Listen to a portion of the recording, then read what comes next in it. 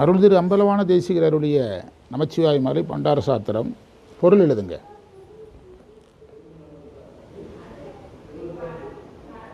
பொருள் செல்வத்துக்கு அயலாக, அதாவது பொருள் செல்வத்திலிருந்து விலகின்னு அர்த்தம்.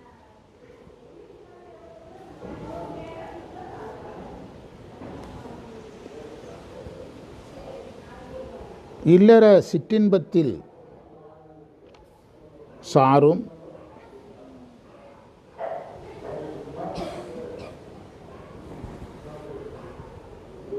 தன்மை உடையவருக்கு நீ புறம்பானவன்.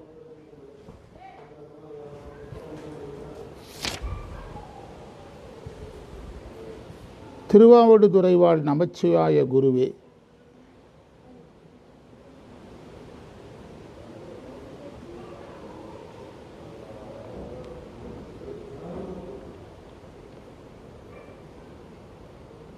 தன்முனைப்பு,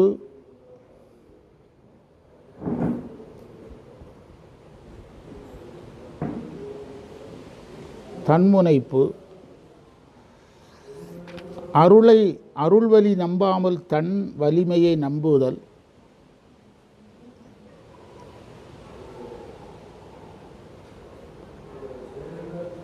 இவற்றுக்கெல்லாம் அயலானது உன்னுடைய ஞானம். நான்கிற எண்ணத்துக்கு அயலானது ஞானம். இறை வலிமையை நம்பாமல் தன் வலிமையை நம்புறது, இதுக்கெல்லாம் அயலானது ஞானம் என்று அருள் நூல்கள் சொல்லும். அருள் நூல்னா வேதம், ஆகமம், திருமுறை, சித்தாந்தம், இதெல்லாம் அருள் நூல்கள்னு பேர்.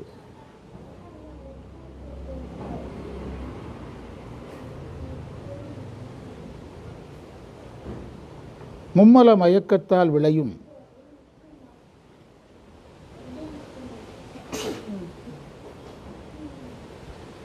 நிலையற்ற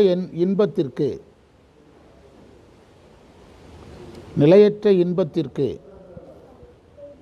அப்பாற்பட்டவரின்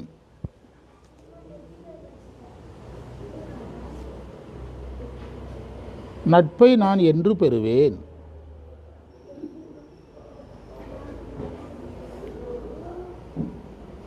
அந்த இதை அப்படி ஒருத்தர் படிங்க, 687 அப்படி படிங்க. வளமைக்கு அயலாக வறுமையை உண்டாகும் வரைவின் மகளிரை சேரும் மக்களின் உள்ளத்தன்மைக்கு புறம்பானவனே, ஆவடுதுறை வாழ் நமச்சிவாய குரவனே, தன் முனைப்பாம் திண்மைக்காக விளங்குவது உன் மேலான ஞானம் என்று ஞான நூல்கள் கூறும். தீயமல மயக்கத்தால் விளையும் பெண்ணாசைக்கு அப்பாற்பட்டவரின் நட்பை அடியேன் பெற்றிடுவது என்னாலோ. அந்த செல்வம் பெண்களால் போகும்னா குடும்பத்திலேயே எதனால தான் போகுது? அதாவது மனைவியினுடைய சிக்கனத்தில் வாழ்கிற குடும்பம் இருக்குது, வரவு எட்டனா செலவு பத்தனான்னு வாழக்கூடியவங்களால் இருக்குது. ஆகாறு அளவிட்டிதாயினும் கேடில்லை, வள்ளுவர் சொல்கிறார். போகாறு அகலா கடை அப்படின்னு ஒரு திருக்குறள் இருக்குது. நம்மால் ஒரே ஒரு திருக்குறளை வச்சுட்டே பிழைச்சிட்டு இருக்கானுங்க. அன்பு மரணம் உடைத்தாயின் அல்லது அகர முதல. ஆகாறு அளவிட்டிதாயினும் கேடில்லை, போகாறு அகலா கடை. என்ன அர்த்தம்னா, பணம் வர்ற வழி சின்னதாக இருந்தால் பரவாயில்ல, போகிற வழி பெருசாகாமல் பார்த்துக்க அப்படிங்கிறார். வர்ற வழி சின்னதாக இருக்குன்னா கவலைப்படாது, போகிற வழியை சுருக்கிறது. அதாவது உன்னுடைய வருவாய் குறைஞ்சிட்டுனா 500 ரூபா மைக்கு பேர் 200 ரூபா செய்ய, வருவாய் நிறைய இருந்தால் 500 ரூபா மையா 50,000 ரூபா மையா செய்ய அப்படிங்கிறார் வள்ளுவர். அந்த பொருள் செயல் வகைங்கிற அதிகாரத்தில் ஆகாறு அப்படின்னா பணம் வருகின்ற வழி, ஆகும் ஆறு ஆகாறு. அளவு விட்டிதாயின்னு, விட்டினா சின்னது. ஆமாம், கிராமங்களில் சின்ன பசங்களை வெட்டி பசங்கம்பாங்க. கிராமம் இந்த கோழிக்காய் விளையாடுறாங்கல்ல பசங்க, கோழி அது எங்கள் பகுதியில் முந்திரி விதையை வச்சு விளையாடுவாங்க. என்ன அடித்தாலும் உடையாது. எது முந்திரி? நீங்கள் பருப்பு தானே சாப்பிட்றீங்க, முந்திரி விதை அதை வச்சு விளையாடுவாங்க. கோழி குண்டுக்கு பதிலாக அதில் பெரிய காய் இருக்கும், ரொம்ப சின்ன காய் இருக்கும். அது இருக்கணும் கட்டாயம், செஸ் மாதிரி. பெரிய காய் இருக்கணும், சின்ன காய் இருக்கணும் அந்த விளையாட்டில். அந்த சின்ன காய்க்கு பேர் விட்டிக்காய் எங்கள் ஊரில். ஆனால் திருவள்ளுவர் விட்டிங்கிறாரு. விட்டினா சின்னதுன்னு அர்த்தம். விட்டிப்பாய அப்படிம்பாங்க எங்கள் ஏரியாலெல்லாம். வள்ளுவர் என்ன சொன்னார்?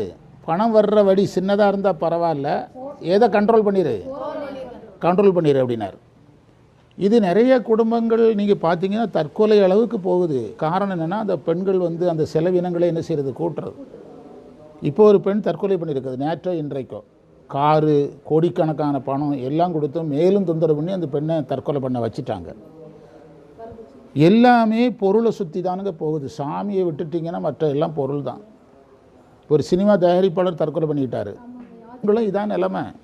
நீங்கள் நிறைய குடும்பங்கள், அந்த இயல்பாக சிக்கனமாக இருந்த குடும்பங்கள் மேலும் கடன்காரங்களாக மாறுறதுக்கு யார் காரணமாக இருப்பா? மனைவியினுடைய அளவற்ற செலவு, உடை, அதே மாதிரி வாகனங்கள், நகை, அதே மாதிரி வீட்டில் சிக்கனமின்மை, இதெல்லாம் செலவுக்கு காரணமாயிரும். அதை பதிவு செஞ்சதாகவும் நம்ம எடுத்துக்கலாம்.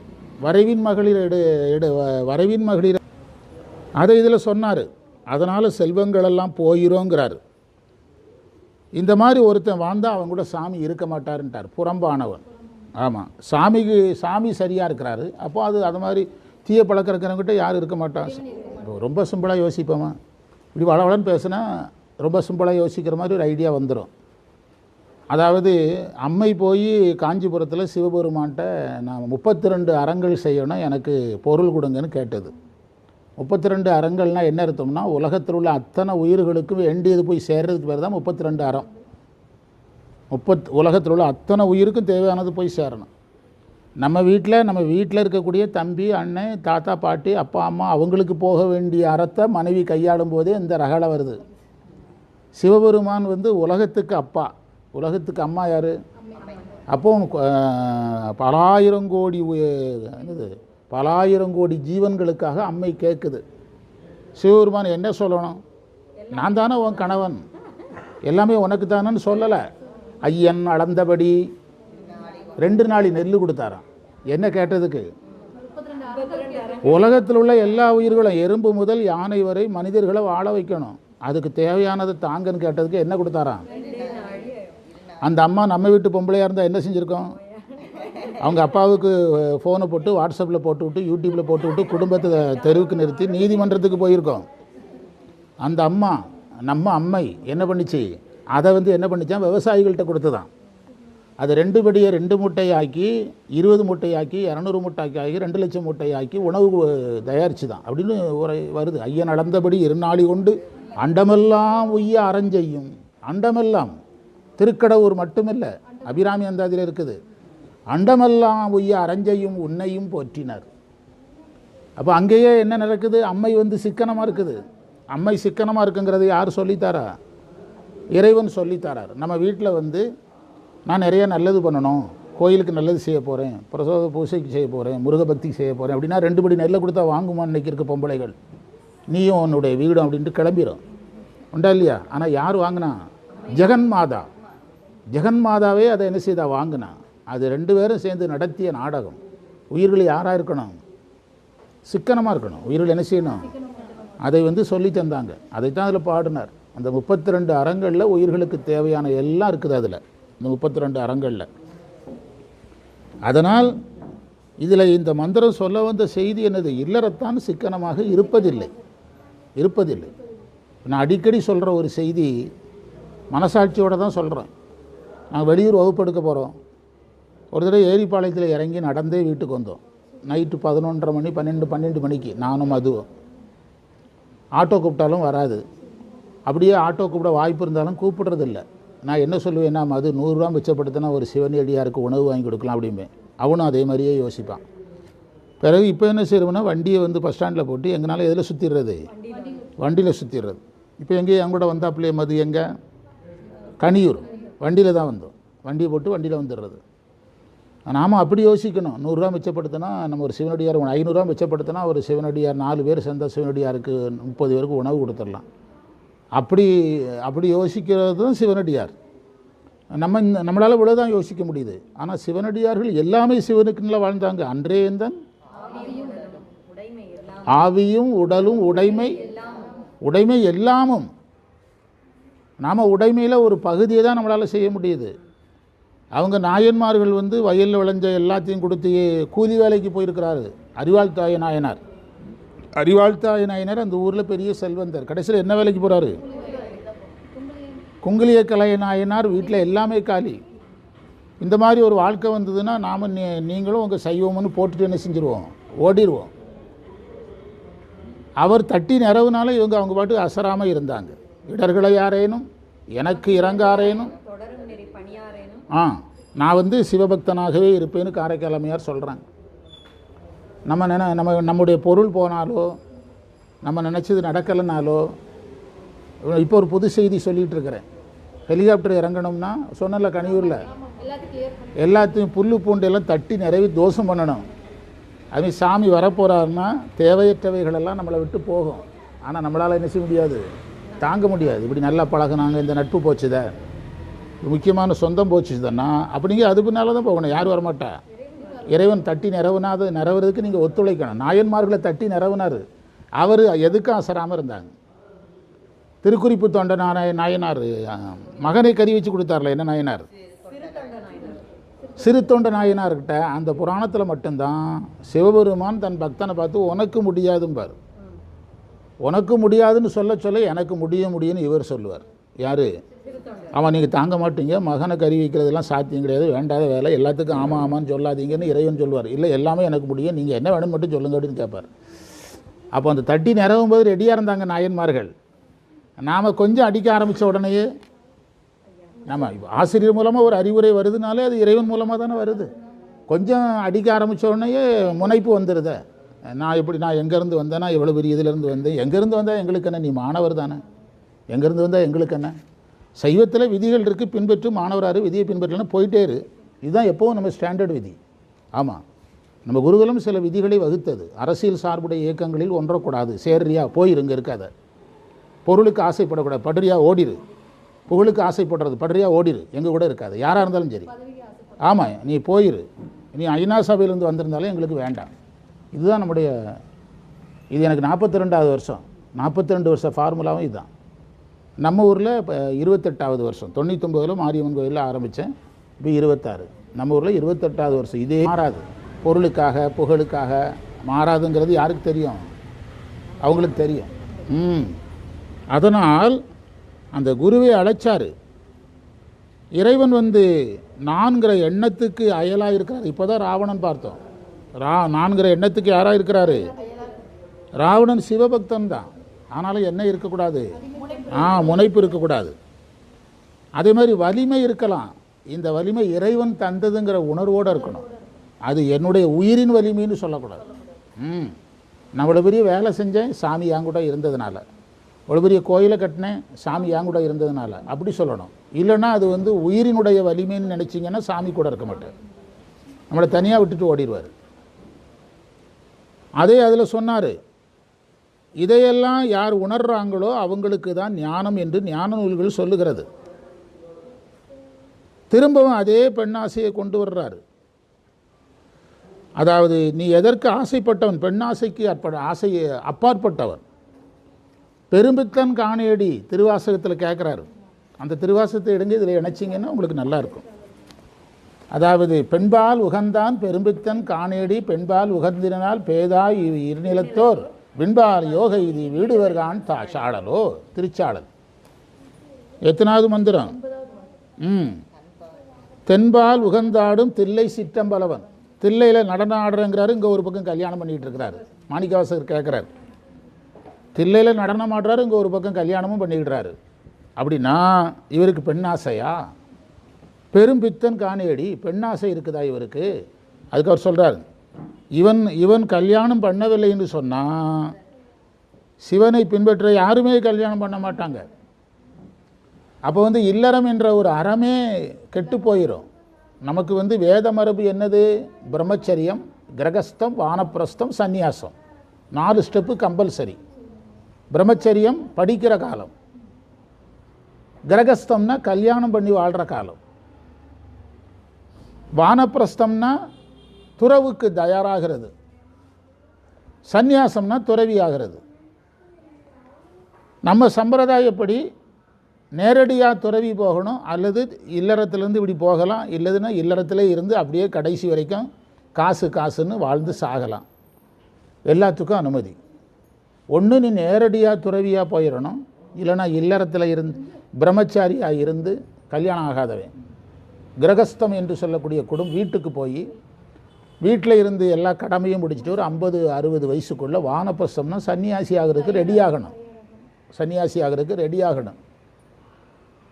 நீங்கள் 24 ஹவர் வீட்டிலையே வரவு செலவு பேரன் பேச்சினே வாழ்ந்துட்டு நீங்கள் 60 வயசில் சன்னியாசியாக போகிறேன்னா உங்களுக்கே உடல் ரீதியான பிரச்சனைகள் வந்துடும். சூழல் திடீர்னு மாறினா பிரச்சனையாக வந்துடும். அதுக்கு ஒரு 10 வருஷம் இடையில 50 to 60 நீங்கள் அதுக்கு தயாராகணும். அதுக்கு பிறகு தான் சன்னியாசி ஆகணும். இந்த 4 ஸ்டேஜ் கம்பல்சரி. தசரதன் அப்படி தானே வெளியே கிளம்புறாரு. தசரதன் மன்னனே அவனியை மகனுக்கு ஈந்து நீ பன்னரும் தவம்புரி பருவம் ஈதன கண்ண மூலந்தனில் கடற வந்தன மின்னன கருமை போய் வெளுத்தது ஓர் மயிர். கம்பர் சொல்கிறார். நீ குடும்பத்துக்காக உழைச்சதெல்லாம் போதும், நீ சன்னியாசியாக போயிருன்னு அவன் காதோரத்தில் ஒரு முடி நரைத்தது என்று கம்பர் எழுதுகிறார். அப்போ தசரதன் சொல்கிறான், மண்ணுயிர் கூறுவதே செய்து வைகிறேன். 60,000 வருஷம் எல்லாருக்காகவும் வாழ்ந்துட்டேன், கொஞ்சம் விடுங்கப்பா, நான் எனக்காக வாழ்கிறேன். மண்ணுயிர் கூறுவதே செய்து வைகினேன், என்னுயிர் கூறுவதும் செய்ய எண்ணினேன். அடுத்தவனுக்காகவே வாழ்ந்து வாழ்க்கை போச்சு, கொஞ்ச காலம் நான் சன்னியாசியை போய் யாருக்காக வாழ்கிறேன். அங்கேயே ஒரு கான்செப்ட் கம்பர் வச்சாரா? நம்ம குடும்பத்துக்காக வாழும்போது யாருக்காக வாழ முடியாது, நமக்காக வாழ முடியாது. நீங்கள் நமக்காக வாழணும். தீபாவளிக்கு போய் ட்ரெஸ் எடுத்தாரேன் எல்லாருக்கும் சொல்லிவிட்டு முதல் நாள் உங்களுக்கு ட்ரெஸ் எடுத்துகிட்டு வீட்டுக்கு வாங்க, உங்கள் அப்பா வந்தாருன்னா எப்படி இருக்கும்? நீ எல்லாம் ஒரு அப்பனா?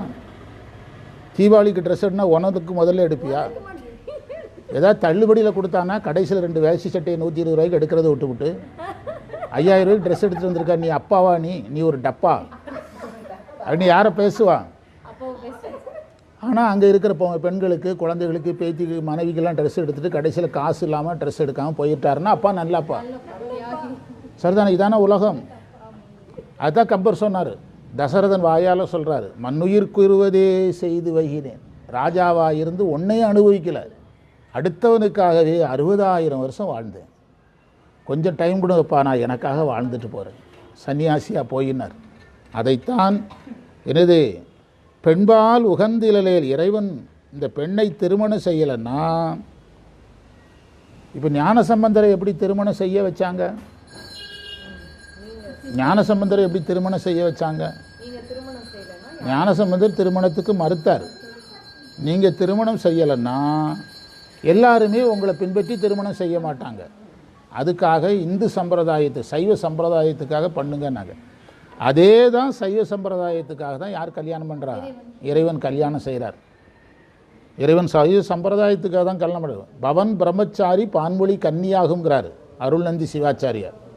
அதாவது என்னதான் கல்யாணம் பண்ணாலும் அவருக்கு முருகன் விநாயகர்னு பிள்ளைகள் சொன்னாலும் சிவபெருமான் பிரம்மச்சாரி, அம்மை கன்னிங்கிறார். அம்மை யாரு தான்? கன்னிங்கிறார். அப்படியானால் அவர்கள் திருமணம் செய்து கொண்டது என்றது என்னது?